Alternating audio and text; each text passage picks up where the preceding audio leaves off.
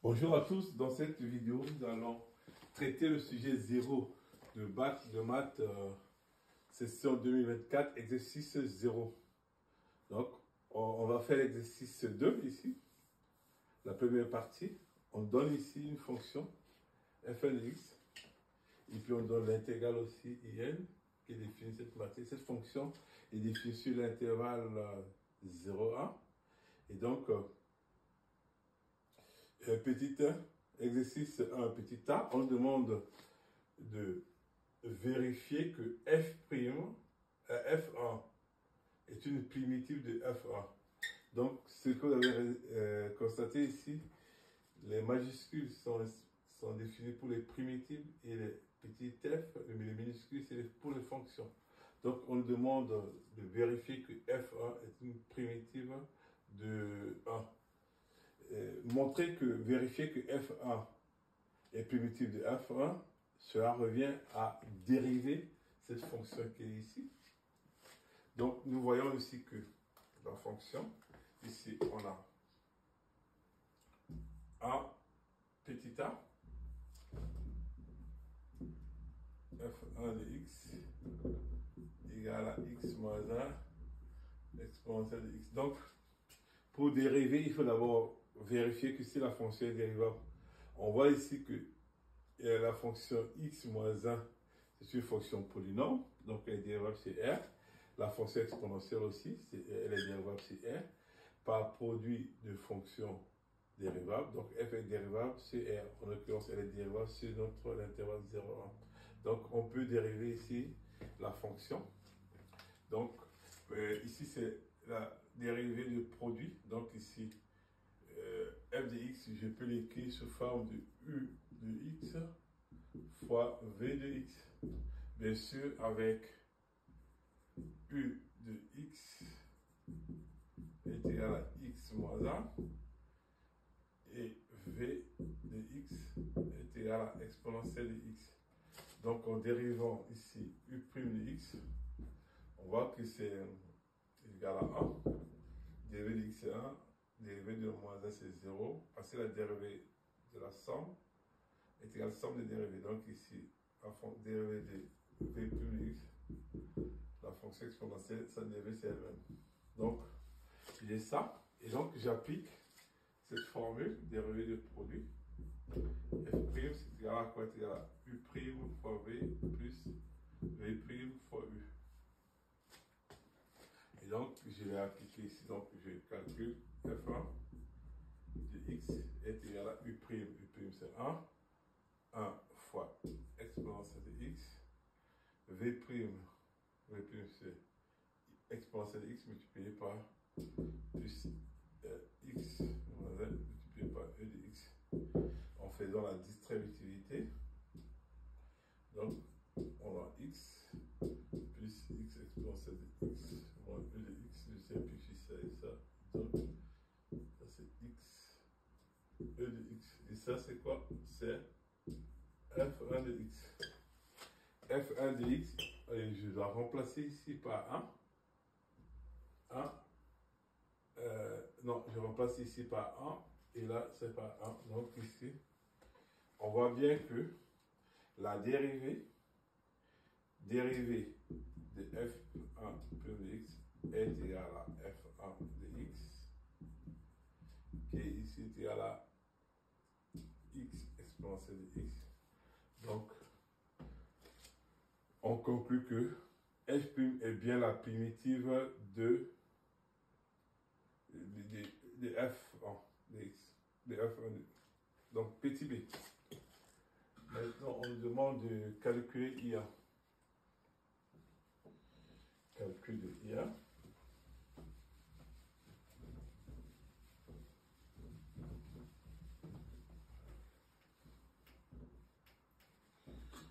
Et donc, IA, je remplace ici par 1, je remplace ici par 1. Donc ici, donc, j'ai IA est égal à l'intégrale de 0 à 1 de x exponentielle de x de dx. ça c'est quoi? Vous avez remarqué ici, ça c'est f1 de x. f1 de x. Et on a démontré que on connaît la primitive de f1 de x, donc du coup, on pose par définition cette intégralité à la f, donc primitive de f de x en 1 moins 0. Donc je calcule f1 de x, donc du coup je remplace ici, ça me fait 1 moins 1 exponentielle de 1, et puis moins 0 moins 1 exponentielle de e de 0. Ça c'est 0, ça c'est 1, et donc du coup e de 1 est égal à 1. E de 1 est égal à 1. Maintenant passons à la question suivante, question 2.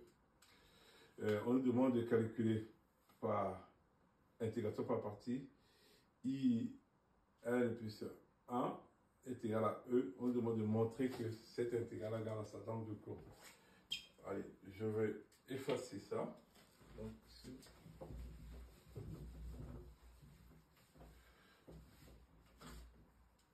Donc j'ai i n plus 1 est égal à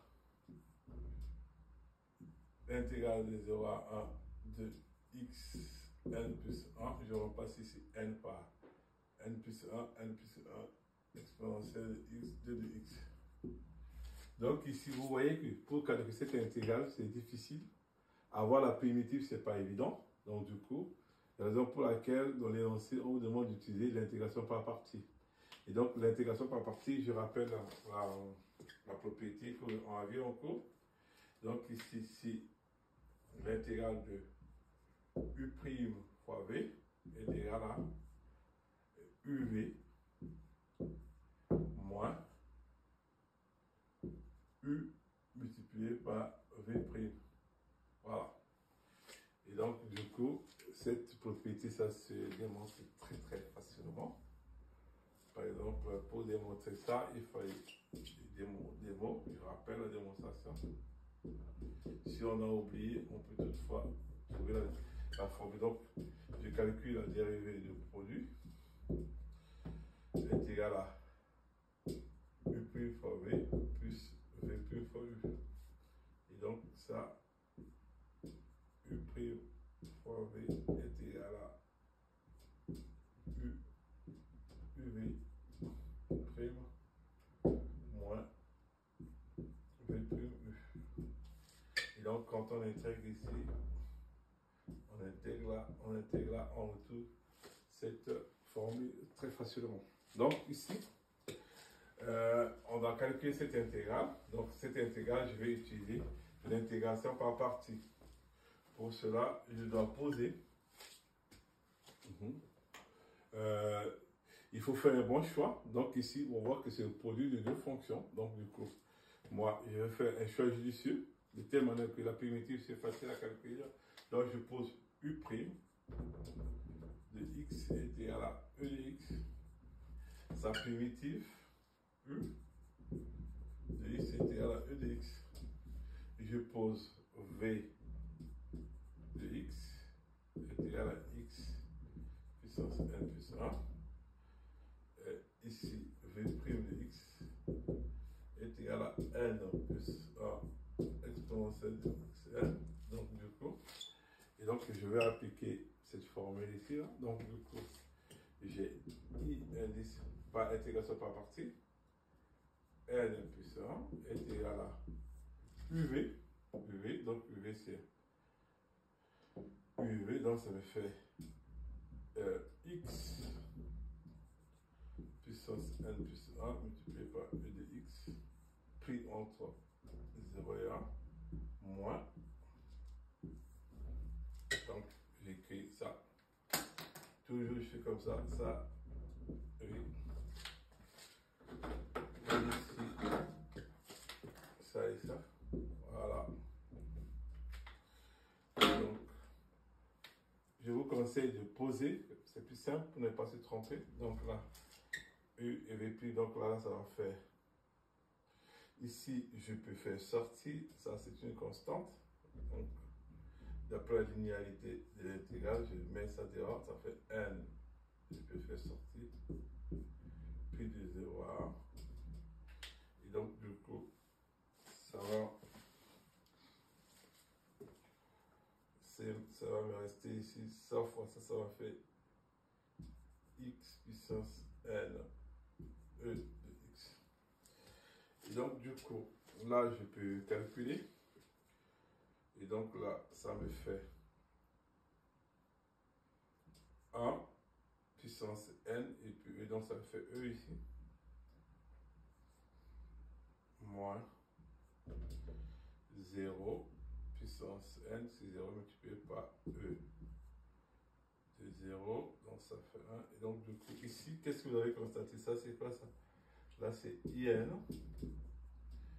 Et donc, du coup, je retrouve bien I indice n plus 1 est égal à E moins n plus 1 fois IN.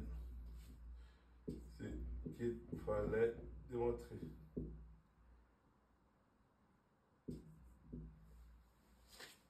Donc, on fait l'intégration par partie. Si on a oublié la formule, on peut utiliser la dérivée des produits et puis on retrouve la formule. Donc, on fait l'intégration par partie. C'est ce qu'il fallait démontrer ici. Donc, ici, question 3, on nous demande de calculer I2. Et donc, I2.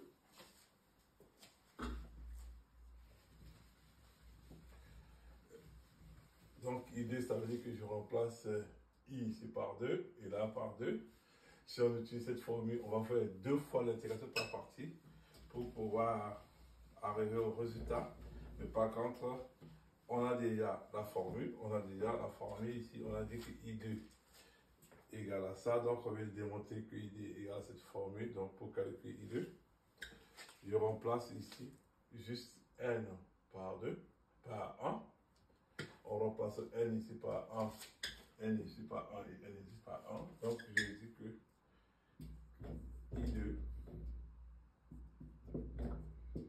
I2 est égal à E moins 2. 1 plus 1, ça fait 2. I1. Et comme précédemment, on avait calculé I1, on avait dit que I1 est égal à 1. Donc, du coup, I2 est égal à E moins 2.